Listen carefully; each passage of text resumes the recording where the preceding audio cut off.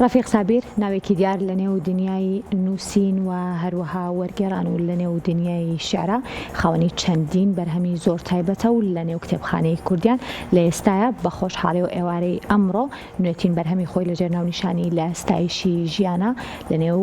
بە بڵێن ئامادەبوونی کۆمەڵێک لە هاوڕێ و لە نووسەران و ئەدیبانە ئەم بەرهەمە تایبەتەش بڵاوکرایەوە.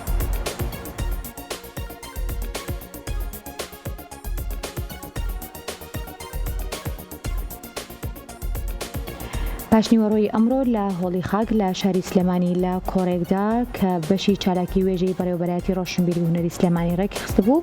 کتێبی لە ستایشی ژیاندا لەلایەن شاعیر و ڕووناکبیر ڕەفیق سابیرەوە نووسراوە بڵاوکرایەوە.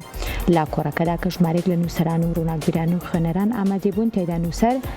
گۆریان هەڵەبجەیی ڕەنانێکی بۆ کتێبەکە و تەکنیکی نووسین و گێڕانەوەی لای ڕەفیق سابیر بۆ ئامادەبووان خستە ڕوو.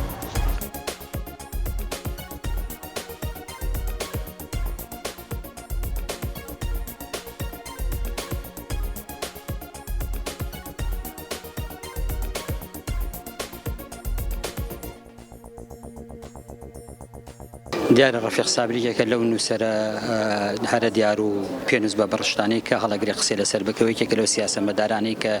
لە پێنجدەی ڕابردووی گەلەکەمانە خەبات و تێکۆشانێکی باشی کردووە ڕۆڵی جۆمێرانەی هەبووەوە یەکێکە لەو کادیرە سیاسیانەی بەڕاستی خاوەن هەڵوێست و بوێری خۆیەتی هەر بۆیە ئەو کتێبێک کە دەریکردو باز لەسەر ژیانی و ئەدەبی هونەری و سیاسی خۆیەکات و گرنگی ئەم کتێبە لەوەدایە کە کەسێکە بەجددی لە وەسەتی بەڕاردانە بۆ لە بەری کوردستانی لە ئەو کاتانی بەری جوود و شاخ و لە